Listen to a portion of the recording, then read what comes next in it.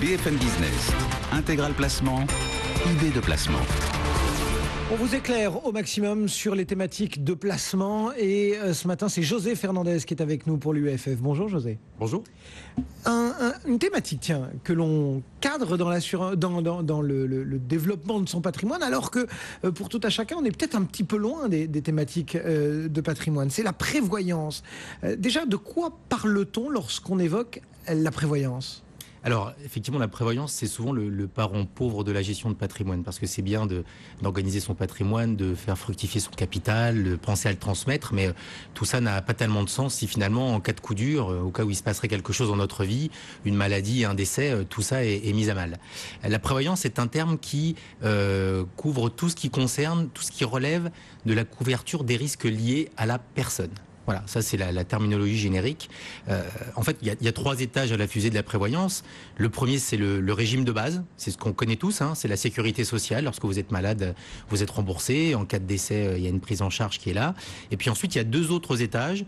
Le premier, c'est ce qu'on appelle la prévoyance collective. Donc c'est l'entreprise, lorsque vous êtes salarié, qui va mettre en place un contrat de prévoyance pour ses salariés, tous ou certaines catégories. Et puis il y a le dernier étage de la fusée, c'est la prévoyance individuelle, c'est ce que vous faites vous, pour vous-même, au-delà du régime de sécurité sociale et de ce que l'entreprise peut faire. C'est-à-dire, quels sont les besoins qu'on doit couvrir en termes de prévoyance lorsque l'on a envie de se préoccuper de ces considérations-là ? Alors il y a des besoins assez simples qu'on imagine tous. Vous avez la santé d'abord, hein, donc la prévoyance santé, la prévoyance décès. En cas de décès, que se passe-t-il ? Qu'est-ce que vous pouvez laisser à vos proches ? Et puis il y a aussi l'incapacité de travail et puis l'invalidité, pour terminer par une thématique qui commence à ressurgir un peu plus, qui est la dépendance avec l'allongement de la durée de vie. Ça s'adresse à tout à chacun ou il y a des, entre guillemets, des catégories plus ciblées les unes que les autres ? Comment est-ce qu'on doit appréhender cette thématique de la prévoyance ? Alors on est tous concernés, hein, quel que soit notre statut, notre âge, on va le voir. On peut faire 2 grandes catégories, les salariés et puis les travailleurs non salariés. C'est vrai que Est-ce que c'est là que se situe la césure ? C'est là que se situe une césure assez importante. Lorsque vous êtes salarié, il y a de fortes chances que votre entreprise ait mis en place un contrat de prévoyance. C'est-à-dire que là, il faut se pencher sur ses papiers pour regarder un petit peu. Il faut aller regarder. Ouais. Alors si vous êtes cadre, c'est même la plupart du temps une prévoyance obligatoire. Si vous ne l'êtes pas, elle peut être facultative. Il faut regarder, il faut se renseigner. Et puis il faut surtout regarder les garanties qui sont prises en charge par ce contrat. Mais ça ne suffit pas parce que si jamais demain vous êtes licencié, vous démissionnez, et ben cette prévoyance, elle disparaît, hein, elle disparaît avec l'entreprise. Ensuite, vous avez les travailleurs non salariés. Alors là, c'est un petit peu plus délicat. Qu'est-ce qu'on entend par travailleurs non salariés ? Classiquement, les professions libérales, les artisans, les commerçants, toutes ces populations qui ont des régimes de sécurité sociale spécifiques, mais qui en règle générale les protègent beaucoup moins que le régime de base pour les salariés. Et donc là, ça devient très important de bien se couvrir et de bien se protéger. Et donc dans ces cas-là, ça devient quoi ? Ça devient volontaire ? C'est à chacun Ça devient totalement volontaire. C'est à chacun de faire la démarche et d'aller se couvrir contre l'incapacité de travail parce que les revenus liés d'un travailleur non salarié sont l'essentiel de ces revenus et donc il faut les protéger. En cas de décès, comment protéger sa famille ? Donc c'est vraiment une démarche très volontaire et qu'il faut analyser de manière très, très précise. Si on a envie de vous suivre finalement, José, de se dire effectivement, il faut prendre tout ça en main. Comment ça se goupille ? Quelle est la démarche finalement à suivre aujourd'hui ? Alors en fait, vous signez un contrat, hein, c'est un contrat de prévoyance, donc vous faites une souscription. Il y a les conditions générales. Il faut bien les lire, surtout la partie des garanties et la partie des cotisations pour savoir ce que va couvrir ce contrat, hein, pour pas avoir de mauvaises surprises.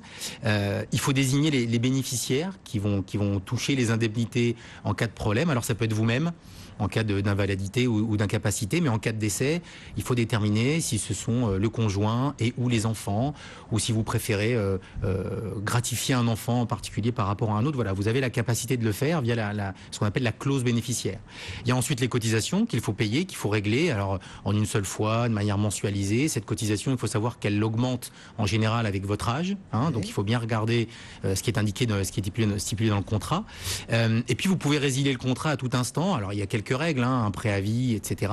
Mais il faut savoir que ce contrat-là, si vous ne le résiliez pas, il va se reconduire chaque année par tacite reconduction. C'est-à-dire, vous nous dites ça augmente avec la chair, qu'au bout d'un moment, on peut se dire, tiens, ça devient trop cher, donc je vais arrêter, puis je vais bénéficier de la garantie déjà acquise ou... Alors, en fait, non, parce que c'est ce qu'on appelle des cotisations à fonds perdus. C'est-à-dire que si jamais le risque ne survient pas, vous ne décédez pas, vous n'avez pas d'invalidité, etc. L'argent que vous avez arrête les cotisations, tout s'arrête, l'argent est perdu. Voilà. Comme une assurance auto.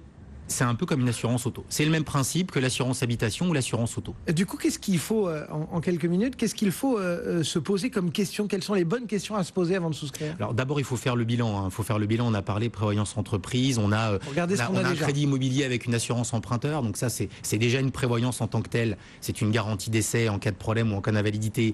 On l'a déjà. Il faut regarder quel est son patrimoine, quel est le niveau de vie de sa famille et qu'est-ce qu'on veut laisser en cas de problème, en cas de disparition à ses proches. Il faut faire un état des lieux de tout ce qu'on a entre la carte bancaire, le contrat.